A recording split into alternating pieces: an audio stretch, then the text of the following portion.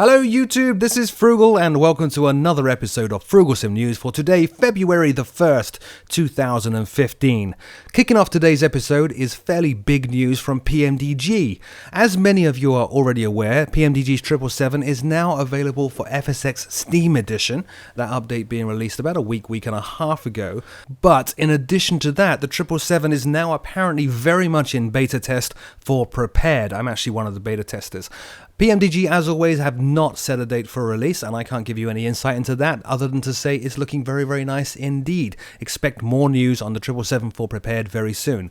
In addition to the 777, though, PMDG also announced on their Facebook page that the JS4100 installer is coming very, very soon for FSX Steam Edition as well. And if that wasn't enough, they then went on to fill in some very much highly anticipated news on the 737 NGX. Apparently, the NGX is about to get an update, which will make it work not only with FSX Steam Edition, but also bring in new features.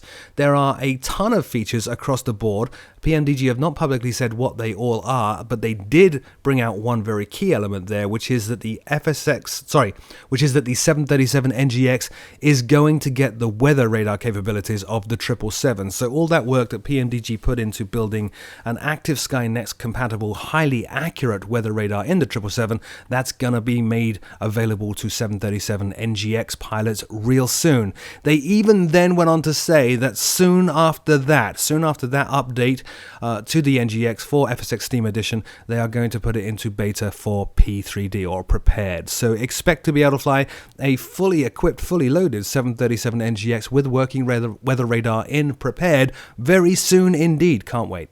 Now next up, Dovetail announced their first original DLC for FSX Steam Edition. Now I've got to get a disclaimer out of the way here. The DLC is called Dangerous Approaches and it is developed by Jane Whitaker. And Jane is a very close friend of mine and a colleague at PC Pilot. However, that will not in any way cloud my judgment of this product. Sorry, Jane.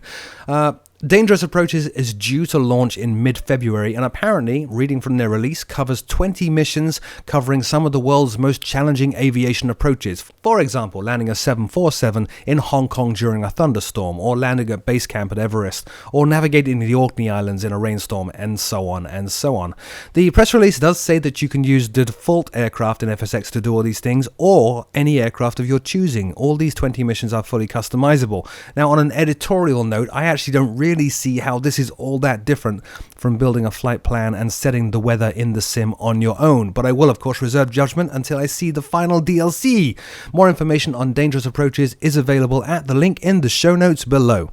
Next up, Coronado's Citation S550. Now, I'm not going to make a habit of covering patches and update news too much on this show, but this one is kind of important and kind of interesting because the S550 was only released about 2 weeks ago, and here is Coronado coming out with a fairly significant patch. Now, the reason for that is the Citation was not very well received by a great many people. It had a lot of bugs, a lot of issues, things not working, even to the point of insulting a number of people by having the USA flag the wrong way round on some liveries. So, they have a fairly significant patch now available covering things like the ITT overlimit bug, FMS time issue bug, the TCAS issue, the upside down flags, the autopilot pitch knob being adjusted, tooltips where they should be and showing the right information, and so on and so on. Quite a lot of general enhancements, significant enhancements as well.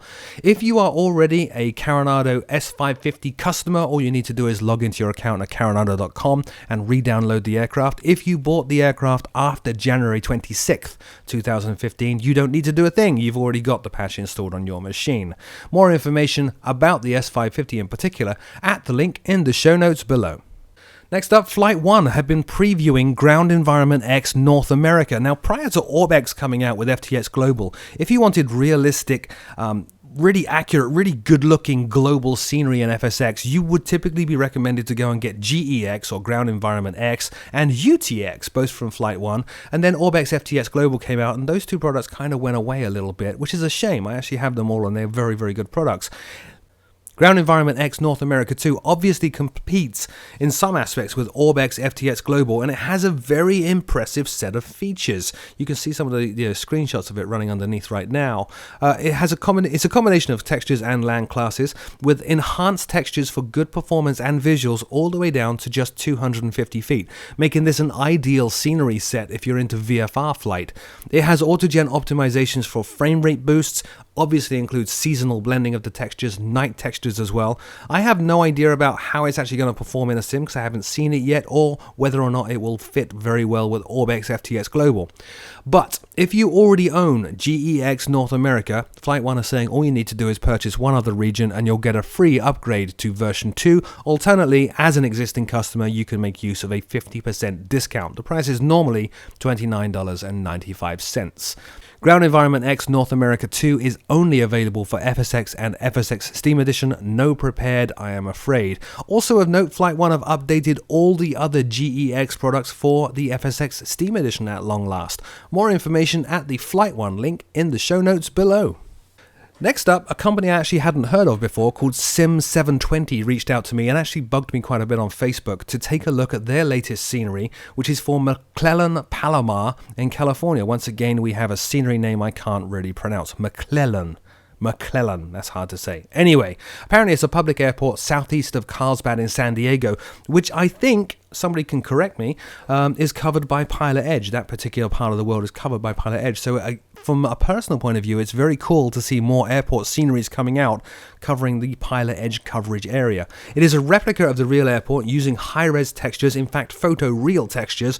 Airport clutter in the scenery is realistic. It has animated people, just like many of the Orbex airports in fact, night lighting, and is Orbex FTX Global compatible, as well as DirectX 10 compatible. Now, I had never heard of Sim720, and after they asked me to take a look at this product, you can see the screenshots below, I actually went over to their website and took a look, and they've been quite quietly prolific. They have lots of airports at their site, including Inverness, Santa Barbara, Carnarvon, Stornoway, and many, many more. Well worth checking out. McClellan Palomar is available for £15.99, and information about Sim720 is at the link in the show notes below. And a final news comes from Iris. Now, when you get Prepared and install it, the aircraft, the default aircraft that you fly in Prepared from Lockheed Martin, none of this gyrocopter rubbish that we had in FSX, it dumps you straight in the seat of a Raptor. That Raptor comes from Iris, and Iris are now updating their Raptor Driver Pro for Prepared fairly significantly. You can see it running in the video below. The video actually shows David from Iris flying the Raptor Pro and putting to use a brand new air-to-ground radar, cannon, and countermeasures in Prepared. The ground radar is actually really high quality. It has a realistic sweep effect, and you can narrow the radar as well to really focus on an area of the ground that you want to see updates on faster, presumably for targeting. Countermeasures are also shown in the video, but the countermeasures are, at the moment, from what I could see, just flares, not chaff, and the video does also put the massive cannon on the front of the Raptor to use as well. I don't know at this point whether those things are useful for anything other than eye candy, whether there is a set of combat missions coming up, or whether the countermeasures are actually effective in those combat missions, or whether the cannon can indeed shoot down other pilots on VATSIM, probably not, or AI-controlled aircraft in single-player mode. But anyway, it is good to see Iris updating that Raptor in the Raptor Driver Pro. You can watch the full video from Iris at the YouTube link in the show notes below. So that's it for this episode of Frooglesim News. Thank you so much, as always, for watching. Until next week, my name is Frugal, and I will see you soon.